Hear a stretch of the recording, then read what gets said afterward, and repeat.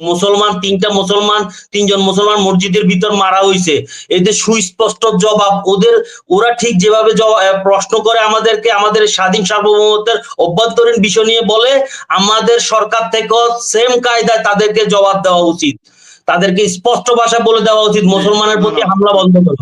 বিজেপির একজন নেতা বলছেন যে চিকিৎসার জন্য আপনারা ভারতে আসবেন না, পাকিস্তানে যান। তাহলে আমাদের বাংলাদেশের রাজনৈতিক নেতৃবৃন্দকে এখনই কি বলার সময় হয় নাই যে বাংলাদেশের সাথে যদি আপনি ভালো সম্পর্ক চান, বন্ধুত্বপূর্ণ সম্পর্ক চান, তাহলে ইসরায়েলি নীতি বা পরিবর্তন করে ভালো ব্যবহার করেন, ভালো কথা বলেন। প্রথম আলো শিরোনাম করলো চট্টগ্রামে চিন্ময় অনুসারীদের সাথে পুলিশের সংঘর্ষ, আইনজীবী হত্যা। এখান দ্বারা কি বোঝানো হলো? এই প্রথম আলো কি বোঝালো এটা দ্বারা? একটু আবার খেয়াল করবেন যে চট্টগ্রামে চিন্ময় অনুসারীদের সাথে পুলিশের সংঘর্ষ, আইনজীবী হত্যা।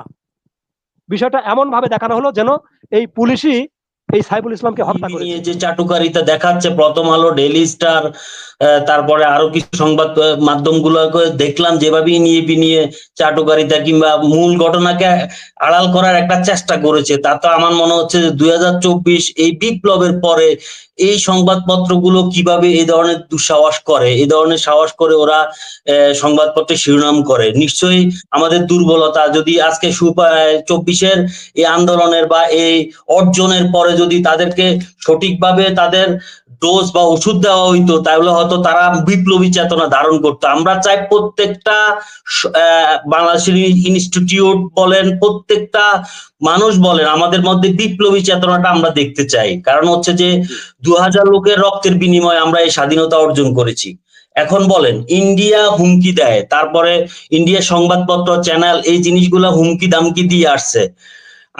আমি বলতে চাচ্ছি যে আমাদের সরকারের পক্ষ থেকে ওদের বাসায় ইনিয়ে বিনিয়ে কূটনীতিক বাসায় নয়, ওদের বাসায় ওরা যেভাবে বলে পণ্য বন্ধ করে দিবে, চিকিৎসা বন্ধ করে দিবে, ওদের বাসায় ওদেরকে জবাব দেওয়া উচিত। এবং তিনজন মুসলমান মসজিদের ভিতর মারা হয়েছে, এদের সুস্পষ্ট জবাব ওরা ঠিক যেভাবে প্রশ্ন করে আমাদেরকে আমাদের স্বাধীন সার্বভৌমত্বের অভ্যন্তরীণ বিষয় নিয়ে বলে, আমাদের সরকার থেকেও সেম কায়দায় তাদেরকে জবাব দেওয়া উচিত, তাদেরকে স্পষ্ট ভাষা বলে দেওয়া উচিত মুসলমানের প্রতি হামলা বন্ধ করো। মনির ভাই, আমার শেষ হয় নাই। আমি বলতে চাচ্ছি যে ভারতীয় স্যাটেলাইট বন্ধের ব্যাপারে আজকে একটা কথা শুনেছি, আমি জানি না ওটা বাস্তবায়ন হয়েছে কিনা। যদি বাস্তবায়ন না হয়ে থাকে, ভারতীয় স্যাটেলাইট চ্যানেলগুলো যেন অতি সত্বর বাংলাদেশ থেকে বন্ধ করা হয়। এবং আমি আরেকটা জিনিস বলে রাখি, মোস্তফা সারোয়ার ফারুকী ফেসবুকে একটা স্ট্যাটাস দিয়েছে যে দেশে এবং বহির্বিশ্ব থেকে বিন বাজানো হয়।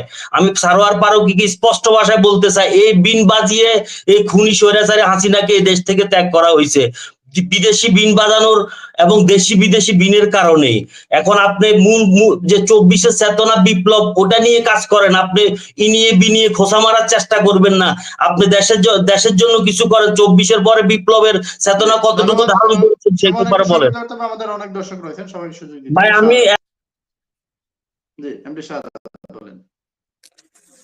জি, ধন্যবাদ এনামুল হক মনির ভাইকে এবং বিজ্ঞ আলোচকদেরকে যারা অত্যন্ত গুরুত্বপূর্ণ আলোচনা করেছেন। আমি একটা প্রশ্ন হচ্ছে মেজর বদরুর রহমান স্যারের কাছে, উনি অনেক বিজ্ঞ একজন মানুষ।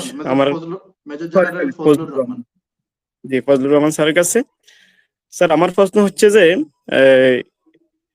ইসকনের যে নেতা চিন্ময় দাসকে নিয়ে আমাদের যে বাংলাদেশের যা ঝামেলা সৃষ্টি হয়েছে, উত্তাল হয়েছে, তাকে নিয়ে আজকে যখন সেই ইসকনের অন্যান্য নেতারা বলতেছে তার কোনো দায়ভার তারা নিবে না, তারা হয়তো যখন এখন ইসকনের উপরে একটা চাপ সৃষ্টি হচ্ছে, বাংলাদেশের মুসলিম যারা আছে বা অন্যান্য ধর্ম যারা আছে, বিশেষ করে মুসলমানরা সর্বোচ্চ প্রতিবাদ নিয়ে নামছে যে ইসকনকে বাংলাদেশ থেকে নিষিদ্ধ করা হোক।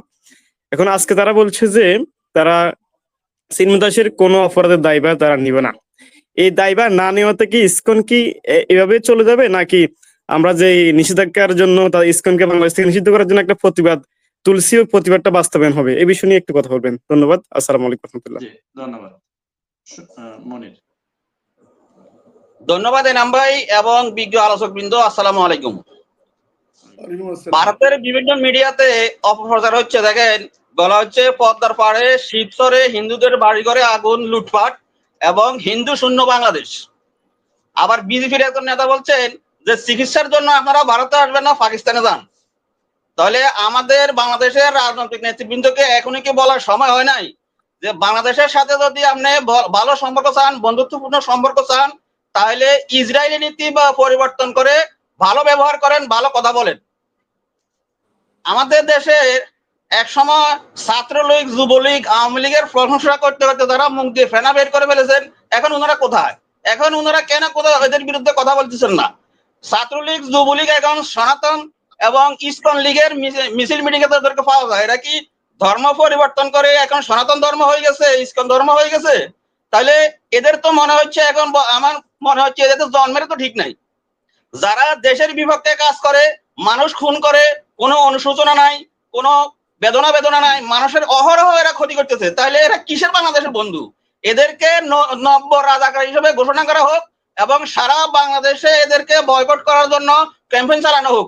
আমাদের রাজনৈতিক নেতৃবৃন্দকে এখনই উচ্চস্বরে বলা উচিত যে জি, আওয়ামী লীগ ধন্যবাদ। নিষিদ্ধ করা হোক। সংক্ষিপ্ত করতে হবে। প্রশ্ন না থাকলে একটু সংক্ষিপ্ত করবেন যদি আপনাদের প্রশ্ন না থাকে, কারণ আমি সবাইকে সুযোগ দিতে যাচ্ছি। আব্দুল হাকিম বলেন।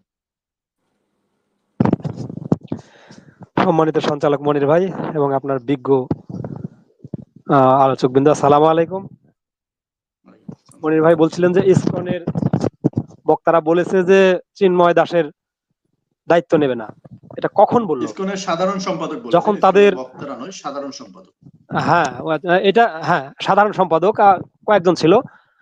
এটা কখন বললো ওনারা? যখন ওদের কুটচাল ধরা পড়ে গেছে তখন এটা বলেছে, ওরা বাধ্য হয়ে বলেছে, তাছাড়া এটা বলতো না। দেখেন, একটা ভয়েস মেসেজ করা হয়েছে ইসকনের ইয়েতে, সেই মেসেজের কথাগুলো এরকম।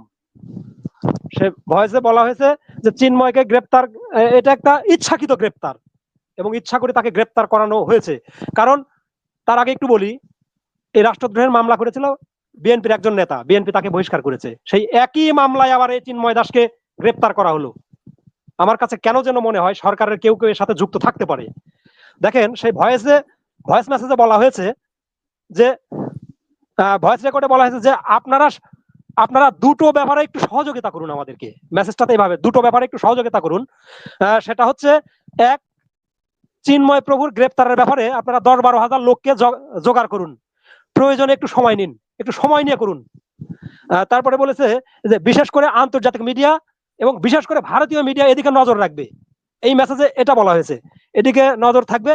প্রয়োজন হলে আত্মরক্ষার জন্য ছোট ছোট জিনিসপত্র যা প্রয়োজনে তার সঙ্গে রাখুন এবং বড়ভাবে ভিড়ের মধ্যে পৌঁছে যান এবং দুটি দাবি তুলুন। সেই দাবি দুটি হচ্ছে, এক, যে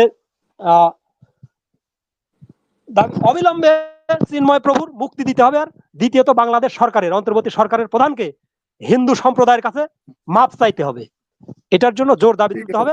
বাকিটা পরে ওনারা এটাকে দেখে নেবে। ইন্ডিয়ান যেভাবে মেসেজটা দেওয়া হয়েছে, মনে হয়েছে ইন্ডিয়া থেকে দেওয়া হয়েছে, এইভাবে ওনারা এটা করেছে। এর সঙ্গে সুর মিলিয়েছে আপনার প্রথম আলো, ডেইলি স্টার, চ্যানেল 24, এরা এর সঙ্গে আপনার সুর মিলেছে। তারা কি ধরনের শিরোনাম করেছে আপনাকে একটু বলি মনির ভাই, একটু সময় দেবেন আমাকে। ঢাকা হিন্দু জোটের সংবাদ সম্মেলনে বলেছে যে অ্যাডভোকেট সাইফুল ইসলাম, ইনি হচ্ছে চিন্ময় ব্রহ্মচারীর হচ্ছে আইনজীবী, ওনাকে হত্যা করা হয়েছে। তারপরে দেখেন, প্রথম আলো শিরোনাম করলো চট্টগ্রামে চিন্ময় অনুসারীদের সাথে পুলিশের সংঘর্ষ, আইনজীবী হত্যা। এখান দ্বারা কি বোঝানো হলো? এই প্রথম আলো কি বোঝালো এটা দ্বারা? একটু আবার খেয়াল করবেন যে চট্টগ্রামে চিন্ময় অনুসারীদের সাথে পুলিশের সংঘর্ষ, আইনজীবী হত্যা। বিষয়টা এমন ভাবে দেখানো হলো যেন এই পুলিশই এই সাইফুল ইসলামকে হত্যা করেছে। তাহলে এই যে আবার এটা কোথায় থেকে এই শিরোনামটা করলো, কিভাবে পেলো এটা? একে আজাদের চ্যানেল, এই যে ফরিদপুরের এমপি চ্যানেল 24, সেটাকে এভাবে আপনার শিরোনাম করেছে যে চিন্ময় অনুসারীদের সাথে আইন শৃঙ্খলা বাহিনীর সংঘর্ষ, একজন আইনজীবী হত্যা, এটা করেছে। এখন দেখেন, আমি যে বিষয়গুলো বলতে চাচ্ছি, এই চিন্ময় দাশগুপ্ত এবং ইসকনের, হ্যাঁ আমি প্রশ্নটা করবো মনির ভাই, এটা ইসকনের আবিষ্কার এবং এই যেভাবে ইসকনের এই নেতাকে গ্রেপ্তার করা হলো, তাতে একটা বিস্ময় লেগেছে আমার কাছে, খুবই বিস্ময় লেগেছে। এই যে সমস্ত আওয়ামী লেসপেন্সার এই অন্তর্বর্তী সরকারের সঙ্গে আছে, এরা এদের সঙ্গে আমার কাছে মনে হয় কেন যেন জড়িত আছে। আর প্রশ্নটা আমার ব্যক্তিগত হবে কিনা আমি জানি না, তবে আমার খুবই একটা কৌতূহল sir, major general Fazlur Rahman স্যারের কাছে আমার খুবই কৌতূহল। আমি মাঝে মধ্যে এই যে বড় এবারের এই যুদ্ধের ভিডিওটা দেখি ইউটিউবে, যখনই মনে হয় ইন্ডিয়ার কথা তখন আমি এই ভিডিওটা দেখি, কিন্তু স্যার যতটুকু জানি এই যুদ্ধে জয় করার পরে, নাব যুদ্ধ জয় করার পরে আপনাকে চাকরি থেকে অব্যাহতি দেওয়া হয়েছিল।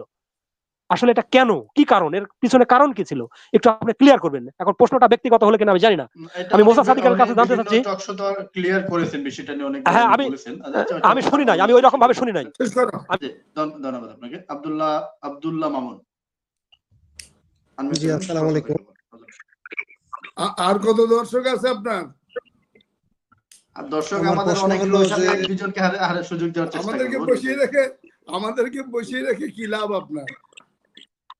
আমি দর্শকদের, আমি আমাদের প্রত্যেকটা শুধু দর্শকদেরকে সুযোগ দিয়ে থাকি। বলেন আব্দুল এক মিনিটের অবসরপ্রাপ্ত ফজলুর রহমান স্যারকে ধন্যবাদ। উনি দিনাজপুর জেলার সন্তান আর কি, আমিও দিনাজপুরের সন্তান। তো আমার একটা প্রশ্ন হলো যে এই যে বিবৃতি পররাষ্ট্র মন্ত্রণালয় থেকে দেওয়া হলো, লিখিত বিবৃতি, কিন্তু পররাষ্ট্র উপদেষ্টাকে কিন্তু আমরা মিডিয়ার সম্মুখে আসতে দেখছি না, এর কারণটা কি? জি, ধন্যবাদ আপনাকে। ইয়াকুব খান আনমিউট করেন। বিসমিল্লাহির রহমানির রহিম। অসংখ্য ধন্যবাদ আনোয়ার ভাই, ধন্যবাদ অতিথিবৃন্দকে। আমি একটা প্রশ্ন করব আর একটা তথ্য দিয়ে যায় আপনাদেরকে, তথ্য দেওয়ার জন্য আসা। আমার প্রথমত তথ্যটা হচ্ছে যে দেখেন, চট্টগ্রামে মিঠুন রায়, পাথরঘাটা, তারপর হচ্ছে বিজয় সরকার, উমর দাস, আর হচ্ছে মেন এই যে আপনার অ্যাডভোকেটকে যে খুন করা হয়েছে, যিনি মেন হোতা ছিল তার নাম হলো প্রবীর চন্দ্র পাল, চট্টগ্রামের। এদেরকে এদের প্রত্যক্ষ একজন দোষীকে একটা টকশোর মধ্যে নিয়ে আসা, জিজ্ঞাসা করা হয়েছিল। তখন ওনাকে প্রশ্ন করা হয়েছিল যে আপনারা যখন আওয়ামী লীগ ক্ষমতায় ছিল তখন কি আপনারা এই আন্দোলনগুলো, এই দাবিগুলো তাদের মাঝে তুলে ধরেছিলেন কিনা? তখন উনি বলেছিল যে আমরা তুলে ধরেছি। তখন প্রশ্ন করা হয়েছে হাসিনা আপনাদেরকে কি বলেছিল? তিনি কোনো উত্তর না দিয়ে তখন উপস্থাপক তাকে প্রশ্ন করেছিল যে তাহলে আপনারা এই ৮ দফা দাবি নিয়ে সনাতন ধর্মরা যখন এই উপদেষ্টার সাথে বসলেন, প্রধান উপদেষ্টা আমাদের ইউনূস স্যারের সাথে বসলেন, তখন আপনাদের আশ্বাস দিয়েছে, তখন আপনারা আন্দোলন করলেন, এখন কেন আন্দোলন করলেন? তখন আমার কাছে একটা অ্যাকাউন্ট নাম্বার আছে, মনির ভাই নোট করবেন, একটা অ্যাকাউন্ট নাম্বার আছে যার লাস্ট নাম্বার হচ্ছে 0892, একটা অ্যাকাউন্ট নাম্বার। এটা শেখ হাসিনা পালিয়ে যাওয়ার পরে এই অ্যাকাউন্টে আপনার 11,73,00,000 টাকা লেনদেন হয়েছে, যেটা ইসকনের সদস্যদেরকে দেওয়া হয়েছে।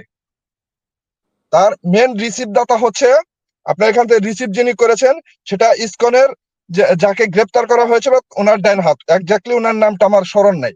তাহলে আমার প্রশ্ন যে ওই যখন আওয়ামী লীগ ক্ষমতায় ছিল তখন কিন্তু তারা কোনো আন্দোলন করেনি, তখন কি আওয়ামী লীগ তাদেরকে অর্থ দিয়ে আপনাদের দাবিয়ে রেখেছিল? আর এখন অর্থ না আসার কারণে কি এখন তারা এই আন্দোলনগুলো মাঠে আসছে কিনা? এই দুইটা প্রশ্ন আপনাদের কাছে আমার।